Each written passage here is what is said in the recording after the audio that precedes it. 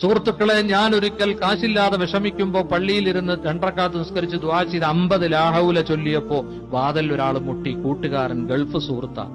സംസാരിച്ചു പോവാൻ സമയത്ത് അദ്ദേഹം എനിക്ക് 500 രൂപ ഹദിയ നൽകി. 50 ലാ ഹൗലേ ഞാൻ ചൊല്ലിയുള്ളൂ. എന്റെ ജീവിതത്തിൽ ഞാൻ അനുഭവസ്ഥന. സാമ്പത്തിക ഞെരുക്കം വരുമ്പോഴൊക്കെ ഞാൻ ലാ ഹൗല ചൊല്ലും.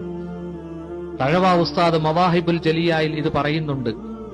ദാരിദ്ര്യ രോഗം ഏവനും ഭയക്കുന്നതാ, ലാ ഹൗല ലേഹ്യം മുഴുവനും അതിനുള്ളതാ.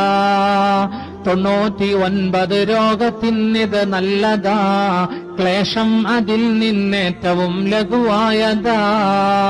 അതിരാവിലെ സുബഹിക്ക് ശേഷം നല്ലതാ, അതുപോലെ വൈകിട്ടും കുറെ കഴിക്കേണ്ടതാ.